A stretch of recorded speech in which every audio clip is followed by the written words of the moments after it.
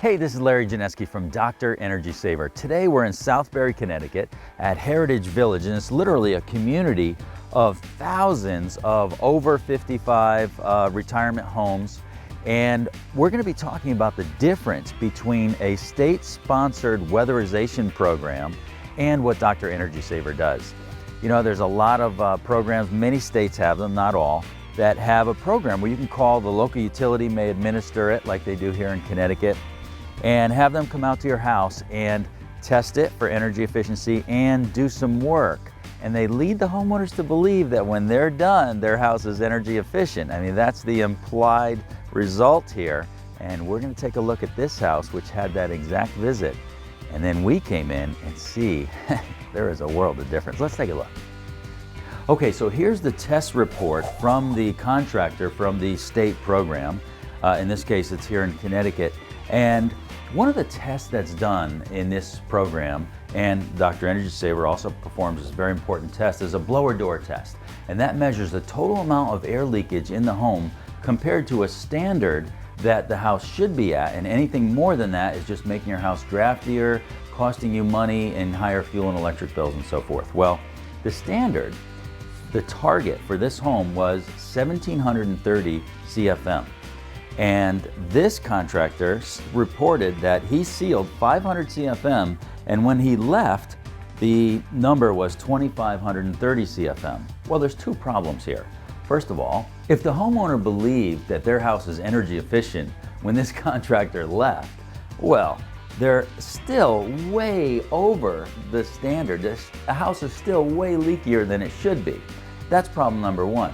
Problem number two is when we came in here and tested, we found that there was actually 3,300 CFM of air leakage, way over what he reported, way over. It's impossible that that air leakage number could have been that when he left. So there's issues of integrity here. There's issues of incentive because these contractors get paid for how many CFM they reduce it. And there's no way an inspector could come in and verify this in many cases, but that's a different issue. So the other thing that we find is this contractor also said that they sealed 200 CFM, 194 CFM of duct leakage, and they get paid $2.50 for every CFM of duct leakage that they seal in this particular program, and $1 per CFM of building envelope leakage. So this contractor may have gotten paid approximately $1,200 to work in this house. Now the homeowner didn't pay anything, or they might pay a $75 copay, so the homeowner never complains and thinks their house is energy efficient. They got this big result. If the homeowner had paid $1,200 or $1,300 like the taxpayers or ratepayers did, they'd complain all day long and say, what did I get for my money? But let's take a look at what we actually found was done in this house. This house has a slab on grade and a very difficult to work in attic where all the ducts are. To justify their CFM reduction claim, this contractor claims that he sealed the soffit over the bathroom. And here's that soffit, okay? You see this drops down from the ceiling. And, but was it really sealed? Well, let's take a look. You can see that there's foam there, and it's right over the fiberglass insulation, and it's only partially sealed. There's a big hole there. This is not sealed at all. And that's improper to put foam over fiberglass. You've got to take the fiberglass out and seal it where it needs to be sealed, and do it thoroughly. And this leak was sealed right by the hatch. The other soffit in the other bathroom, which is exactly like this, is far away from the hatch, and they didn't even touch that one. And that's very common. They'll seal easy for them to reach leaks or make it look like they sealed something to justify, you know, their claims. But there is so many leaks in this house that are left untreated. There is many can lights that are not sealed. A terrible problem that you could have is bath fans ducting right into the attic where they can cause condensation and mold and rot. This house had 2 of them ducting into the attic, unaddressed and unmentioned by the contractor, perhaps unnoticed. This house also had one of the worst sins you could have for building durability, which is the dryer. The clothes dryer was ducted right into the attic. There's lint everywhere around there, and mold is growing, and this contractor didn't even mention it to the homeowner. The attic hatch represents the biggest hole in most homes from the conditioned space to the ceiling. This contractor left it unsealed and didn't even mention it to the homeowner.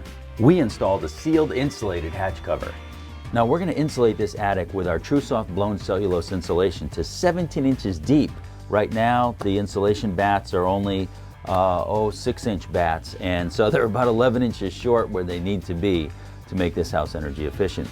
And we're going to blow the cellulose tomorrow, but we can see all the things that weren't done and that now are completed by our company, and the contrast between the service that you get. Now the bath fans are ducted out, the dryer is now ducted out, the top plates of the walls, which this contractor claimed that he sealed, well, he didn't seal any of them. There's a little squirts of foam around the hatch cover so he can make his presence here known, but it really was perhaps 1% of the top plates were sealed in this house, meaning the top of any interior or exterior wall where air could leak out of the house.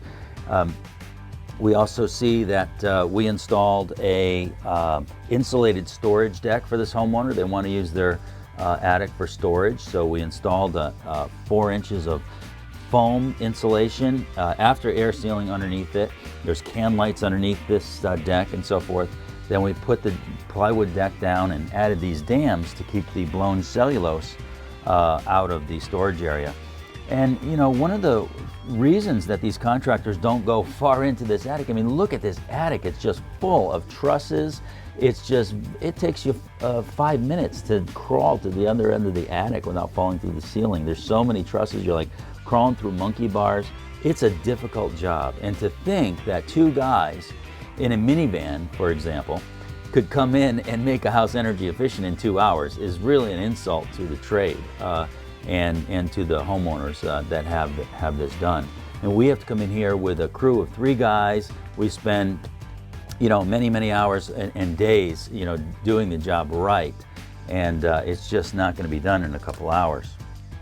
You can see that the soffit over here over the bathroom was not sealed, and as claimed, and we did a heck of a job in getting into very tight spaces to seal the top of the soffit so air doesn't leak out there, to make these bathrooms more comfortable.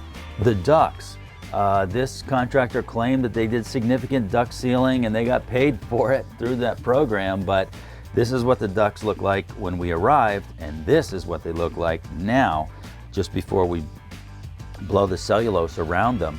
And you can see that we sprayed them with spray foam to air seal and insulate them in a very significant and meaningful way. You know, this attic will get to be 120 degrees in the summertime, and the air inside that duct, air conditioning duct, is 55. In the heating season, the air inside the duct is 120, and this attic, vented attic, could be perhaps 20 degrees. And so there's a huge temperature difference between inside and outside the duct. So additional insulation with integrity needs to be added, and we took care of that. The can lights have all been sealed now. None of them were sealed before, with rock wool can light covers to prevent air leakage and allow us to insulate over the top of those. The hatch cover has been put on, and so many more air sealing details in this house. There's so many framing details and different heights to the ceilings below, which makes different heights to the attic floor, that have to be addressed with foam board and spray foam to seal them up before this attic gets insulated. And all these things were taken care of by us. And now the air leakage in this house is down to exactly, in this case, to the minimum ventilation guideline. Now, homeowners don't always hire us to do everything in the house, so we don't always have control of that, but this house is a slab on grade, so there's no leakage from the floor. And by just sealing all these details and painstakingly spending days in this attic air sealing, we were able to get that 3,300 cubic foot of air leakage, when we tested in with that blower door, down to 1,700 CFM, where this other contractor had claimed he made a significant difference. Took us 2 days with 3 guys to get to where we needed to be. Here's the soffit that they didn't even mention, and you can see why. It's taken me several minutes just to crawl back here and Very difficult place to work, but this has to be addressed in order to make the house energy efficient. And here's one of the bath fans that was just dumping right into the attic, and we have ducted it out.